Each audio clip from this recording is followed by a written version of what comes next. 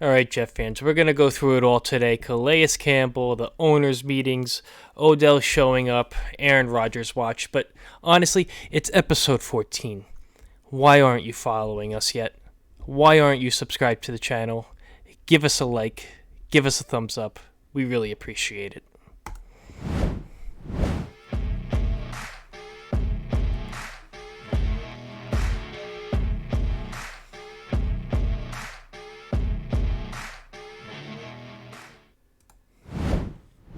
JetCast Shop is the only place to get official JetCast merchandise. You can buy t-shirts, hats, water bottles, and much, much more. All of our items are high quality. Order online and have your product shipped right to your door. Check out the latest gear today at shop.jetcastpod.com. JetCast Nation, episode 14. We got a lot to go over just like every week. That's right. Yeah. Odell showed up at the owners' meetings. I didn't expect to see that. We got some... hugging a lot of people in green. Yeah, he was wearing green, too. He had those green jeans on. It looked good. I think he looked fantastic. But he's got a few offers on the table right now from what I'm hearing. And the Jets are right now the likely landing spot. I think they're the favorite to land him. What number do you think he's going to wear? Get right to it. Take the 0? Well, what's weird is, I maybe, but I seen that for some reason, Alan Lazard online was number 13 on the website. Pretty sure that number is unavailable, which is a little weird. But at the end of the day, I don't care what number Odell Beckham wears. It looks like he's going to be a New York Jet. He wants to be here. You know, he contemplated a couple years ago going to the Packers. Instead, he chose the Rams. I know he's got a relationship with Aaron Rodgers. They've talked about playing before in the past, so it really looks like he wants to be here, and I'm okay with it. I know a lot of Jet fans are like, "Oh, well, he's a big liability," which, everybody knows that he is, but he's the ultimate boomer bust player, and if you're trying to win a title, sometimes you need guys like that. And I understand the personality. People say, "Oh, it doesn't work." We had Mike DeVito on one of our shows a while back, and he's the first one to tell you a great locker room doesn't need to be a locker room full of choir boys. Too many pretty boys aren't good either. He's like, you want some of those alpha dogs in your locker room, and he's that kind of guy. Right, and we're not going to be asking him to do a whole lot. He's not going to be the number one receiver. He'll probably be number 3 behind Lazard and Wilson, and that's fine. For a guy with his skill set, I think it's a dangerous combination. And he's only come here for one reason, and that's because of Aaron Rodgers. Now, Right. We're on Aaron Rodgers' watch, day 8,400 and whatever at this point. But, it's going to get done. I'm being patient. Both sides obviously have a need to get it done. And it's just going to take some time. I heard that they're closer this week than they were. I think the biggest sticking point was a pick give back. I think in 2025, if Aaron doesn't play the second year, there is a stipulation that we would get at least a draft pick back, which I think is only fair. We know it's going to include a second-round pick just because we have that extra one with Elijah. With the Elijah trade, there is no third-round pick, so we know it's going to be a second, and then additional picks. They want to take Corey Davis, fine. Take Corey Davis. We got Odell Beckham Jr. I'm fine with it. So, any new thoughts from you on it, or is it just same old, just waiting? No, I do actually have some new thoughts. If you really look into this whole thing, us as Jets fans always thought, oh, the Jets are playing their hand the right way. He's going to come here. He's going to say, I'm only going to be here for a year. He's really going to come for 2 years. But the fact that Joe Douglas is going out there and trying to get that pick for 2025 back really makes me think maybe Rodgers isn't committed for 2 years. Because why are the Jets so stingent on that we need to recoup a third-round pick or so if Aaron Rodgers decides he's not going to play in 2024. So, you know, I wonder what kind of commitment that they're getting from Rodgers. You know, we all thought, oh, it's 2 years, maybe even a third year. I know that third year, that cap number jumps. I'm not worried about it. Rodgers has said that he needs to restructure his contract, which I fully expect him to do. Now, he's not going to take a penny less. That's one thing that Jet fans need to understand. He's not taking a penny less. What they're going to do is throw it down the line. They'll have a couple void years. You'll have to eat a little bit of dead cap at the end, but they're going for it now. So at the end of the day, I started to question myself a little bit, like what kind of commitment I'm not going to say I don't want him on a 1 year commitment, but it scares the hell out of me because I don't want to jeopardize the entire franchise for just 1 year.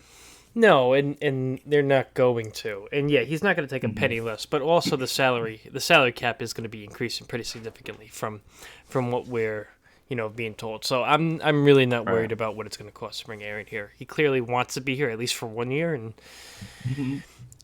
who knows? We'll just go from there. So that's right. Calais Campbell, missed out on him. No, I don't know if he missed out, but he clearly made his... No, didn't even show up. I don't really understand it. I mean, obviously they have been talking at least to set up a meeting. I guess he just immediately felt like Atlanta was where he needed to be. I guess he's got a charity based down there. So... who knows? At the end of the day, it's about the money. Let's be honest. Paul Riley says it all the time. He's like, we could keep saying, oh, they want to come play for a veteran. At the end of the day, to try to win a Super Bowl, at the end of the day, he's going to go where he's able to get the most money. Think about it. He had the meeting set up with not only the Jets this week, but he also had a meeting set up with Buffalo, and he canceled both of them. So I'm thinking I didn't know about Buffalo. Yeah, I'm thinking that he just told them straight up, or the Falcons told him straight up, we have a great deal for you on the table. The second you leave the building, it's no longer on the table. And it's probably the last contract he's going to get. He's 36 years old. Mm-hmm. He had a solid year last year. Maybe he'll get one more year, but I think he just took the money. He figured that, what did he get, like $9 million? He got a solid amount. And to think that I don't think the Jets were going to offer that to him, first of all. And second of all, Rankins, signed for what, $10 million, and the Jets weren't willing to do that. So I don't think they were going to be willing to do that for him either. They know they gotta spread the wealth out a little bit. So unfortunately, it's a miss. There's some other guys still out there, but I could see us going into the draft, and we could get into that next. Yeah, all of a sudden, interior defensive line is becoming a little thin for us. We lost a few guys and we missed out on. I think they had an offer in on Fletcher Cox, and they tried getting Calais Campbell in here, and now we're a little thin there. So yeah, I could see them going that direction now in the draft. So the draft is so up in the air right now with the Aaron Rodgers situation. But assuming that we do have that 13th pick, even with the interior defensive line the way it is, I would like to see them go after what's his name? Hold on, I will bring it up. The defensive tackle. No, I want them to go offensive. I want Peter Skoronski. I think he'll be a great player with versatility behind AVT. We know that someone is going to go down on the offensive line. It happens every year, and I am not going to sit. Especially at us. Exactly, and I am not going to sit there in training camp and watch another guy go down with a knee injury and be scraping the bottom of the barrel, or going into or looking at some old free agents to try and get in here. We need young, versatile guys on the line. He's gonna play. He could even beat out Max Mitchell. So we will see. But yeah, well, if you're bringing in a tackle at 13th overall, you're planning on him starting. Period. Right. So you and Pete Prisco are on the same page as CBS Sports. That's who I think he has us drafting 13th overall. It's funny because we were talking earlier in a space today, and every Jet fan thinks we're taking a tackle or offensive lineman or, interior defensive line. I love this kid, Nolan Smith, the edge rusher out of Georgia. He reminds me of Bryce Huff. He's explosive off the edge. Mm-hmm. He proved himself time and time again. And one thing we know about this defense, there's a couple of things. One, the Jets actually like JFM in the inside. He played it last year. He was more effective on the outside, of course, but in passing downs, they even moved him on the interior. They liked him there. Mm-hmm. And Robert Saleh said earlier this week, pass rushers don't grow on trees. That's why they're not willing to get rid of Carl Lawson. But, when you think about it, it's like, okay, well, Lawson's probably gone after this year. Right. There's no way the odds are they're not going to be able to pay Bryce Huff after this year. So you might be losing two quality edge rushers and edge players that play in our Y9 defense after this year. And if you're hoping to win a Super Bowl or get deep into the playoffs, what are the odds of you drafting a top tier pass rusher in the mid to late 20s next year? Right. They just don't get that far. So that's why I think there's still a very big possibility that we take edge in the first round. They look to, maybe you draft the best tackle available in the second round, then you sign another veteran, because we need two, because we had Nathan Shepard also leave alongside Rankin. So at minimum, we need two, maybe even three. But that's where I could see the Jets going. And then you look at Mel Kiper, he's like with everybody else. Mel Kiper's got us taking Broderick Jones, the tackle out of Georgia. I don't think he's going to be there, but he started 19 games with Georgia last year on the left side. Didn't allow a single sack all season long. He's considered to be a raw talent that's still getting better. But here's my issue with that. When you're drafting raw talent on the offensive line, mm-hmm. when we talk to former offensive linemen, we even talk to Cam Clark, some of the hardest positions to transfer from college to the NFL is the offensive line, because the blocking schemes are different. You got wider hash marks. You got teams running these rinky-dink offenses in non-pro style in college all the time now, mm-hmm. and it's a bigger transition. So when you're bringing a guy that's raw, I don't want my left tackle, who's supposed to protect Aaron Rodgers, learning on the job next year. I just don't think that's plausible. I think the Jets are sold that Becton's going to be back. I think he's going to be back. Ton of weight. I think he's going to be back too. He looks fantastic. I think I going edge at 13 is not a bad idea, especially considering that if you have such a good season, you're going to end up, possibly late in the 20s, or even if you make it all the way, you got the last pick. And you're not going to get a blue chip pass rusher at that point. So if he's there, I can see them absolutely taking it, just because, like you said, in the future, the next year, we're going to be losing some guys. And also, I know in the second round, and I know, as you just said, it is difficult for offensive line to transition to the NFL. In the second round, if they can land a center like John Michael Schmitz, I would love it. He is a very, very much a cerebral player. He is able to call out a lot of the blitzing schemes, and he is a consistent run blocker. Where's he out of? Minnesota, and he's just a beast of a player. He's could possibly go first round, but based on what teams need right now, there's a good possibility that he slips. And if they're able to grab him in the second round, that's a great value pick. I think a lot of mock drafts have us taking him. Now, I understand there's also the downside of having a rookie center with Aaron Rodgers. I get that. But he may be too good to pass up in that spot. I do think I see some drafts having us go wide receiver. I don't think the wide receiver needs anything. No. I think the spots that we need are center, tackle,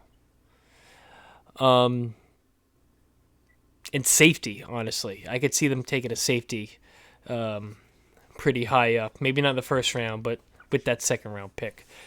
Considering we're probably only going to have one of the second round picks. Right. So. Well, I see where you're coming from. I don't like the whole... Because God forbid the center is a bust. That could screw your entire season. Right. Your center's responsible. Are they still in on Ben Jones? They are. We know they've actually spoken. Supposedly, and this is through the grapevine. Your grapevine? He's been cleared through some of the medicals, believe it or not. Tennessee asked him to retire last year. That's how bad his head injuries are. Really? So that's one thing we can't just pass up on. You get a guy like that in here, you still have to draft a center or bring a center in.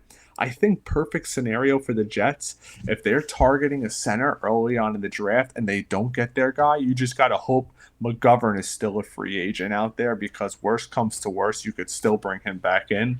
But I know we're talking about the second round of the draft.